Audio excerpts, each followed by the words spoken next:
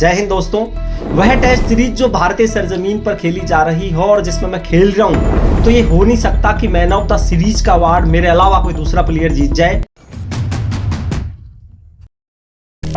और जब मैं गेंदबाजी कर रहा हूं तो दुनिया के किसी नॉन स्ट्राइकर में दम नहीं कि मेरे गेंद डालने से पहले वो क्रीज छोड़ जाए। और मुझे यूं ही क्रिकेट का प्रोफेसर नहीं कहा जाता। दरअसल में सैकड़ों एक्शनों से गेंदबाजी करने में पीएचडी कर रखी है मैंने। ये सब स्टेटमेंट थे हाल ही में रिटायर हुए भारत के महान ऑफ स्पिनर रविचंद्रन अश्विन के, लेकिन इस चैंपियन गेंदबाज के ऊपर चीटर होने का आरोप भी लगा। तो आइए इस वीडियो में हम जानते हैं कि रविचंद्रन अश्विन क्या चैंपियन होने के साथ साथ चीटर भी थे। तो आइए शुरू करते हैं।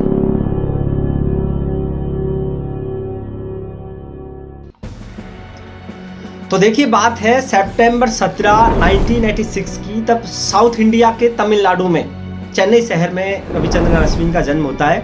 और अपनी स्कूल एजुकेशन पूरी करने के बाद इन्होंने बीटेक करा और भारत के महान लेग स्पिनर अनिल कुंबले की तरह ये पेशे से इंजीनियर थे, लेकिन एज ए कैरियर इन्होंने क्रिकेट को चुना। और क्रिकेट के शुरुआती दिनों में ये तेज गेंदबाज थे, लेकिन एक बार चोट लगने के बाद और कोच की सलाह पर इन्होंने स्पिनर बनने का ख्याल इनके दिमाग में आया और आगे चल कर के स्पिनर बने। और साल था 2010, तब पहली बार इनको आईपीएल में सीएसके के लिए अपने स्क्वाड में शामिल करा गया और उसमें इन्होंने दमदार प्रदर्शन किया। और इसी के बलबूते पर इसी साल भारत की टीम जब जिम्बाब्वे के दौरे पर जाने वाली थी तो रविचंद्रन अश्विन को इंडियन स्क्वाड में शामिल करा गया। और इनके लाइफ में सबसे बड़ा मूवमेंट तो तब आया जब 2011 के ओडीआई वर्ल्ड कप के लिए रविचंद्रन अश्विन को भारतीय टीम में शामिल करा गया। और यही वो साल था जब 28 साल के सूखे को खत्म करते हुए भारतीय टीम ने ओडीआई के विश्व विजेता का खिताब जीता। और उसके जश्न की पटकथा में रविचंद्रन अश्विन का बहुत बड़ा हाथ था और सचमुच में ये इनके लिए और भारत के लिए एक प्राउड का मोमेंट था। और इसके बाद रविचंद्रन अश्विन ने पीछे मुड़कर नहीं देखा और इसके बाद जितनी भी टेस्ट सीरीज हुई भारत में, उनमें से मोस्ट ऑफ सीरीज में रविचंद्रन अश्विन का एक स्टेटमेंट फेमस हो गया था कि जिस टेस्ट सीरीज में मैं खेल रहा हूं और वो भारतीय सरजमीन पर हो रही है, तो फिर कोई दूसरा प्लेयर मेरे अलावा मैन ऑफ द सीरीज हो जाए, ये हो नहीं सकता। और ये बहुत सारी सीरीजों में मैन ऑफ द सीरीज का अवार्ड इन्होंने जीता। आइए अब आगे हम बात करते हैं कि रविचंद्रन अश्विन को क्यों क्रिकेट का प्रोफेसर कहा जाता है। दरअसल में इनको कैरम बॉल डालने में महारत हासिल थी। कैरम बॉल वो होती है जो राइट हैंड बल्लेबाज को छोड़ करके जाती है, जो आउटस्विंगर होती है।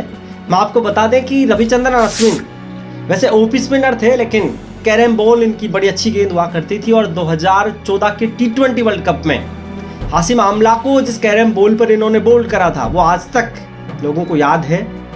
और इनके जीवन में एक और यादगार पल रहा जब 2013 के चैंपियंस ट्रॉफी के फाइनल में इनको अंतिम ओवर डालने को मिला और इंग्लैंड को चेज करने के लिए तकरीबन 15 रनों की आवश्यकता थी। और रविचंद्रन अश्विन ने उस स्कोर को सक्सेसफुली डिफेंड करा और भारतीय टीम 5 रन से वो मैच जीतने में कामयाब रही। और उसके साथ ही भारतीय टीम ने चैंपियंस ट्रॉफी भी जीती और इतिहास में अपना नाम लिखवाया। अब चूंकि आप जानते हैं कि क्रिकेट का गेम एक प्रेशर गेम होता है और इसमें क्रिकेट के खिलाड़ियों पर इमोशनली और साइकोलॉजिकल प्रेशर आ जाता है। और इस वजह से कई बार वो ऐसी हरकतें कर जाते हैं जो उनको चीटर का टेक देके चली जाती है। और इसी सीरीज में रविचंद्रन अश्विन के साथ भी एक ऐसी ही घटना हुई। दरअसल में आईपीएल के एक मैच में जब ये पंजाब के कैप्टन थे और राजस्थान के खिलाफ मैच हो रहा था, तो राजस्थान चेज कर रही थी, बटलर शतक के पास थे और रविचंद्रन अश्विन गेंदबाजी कर रहे थे।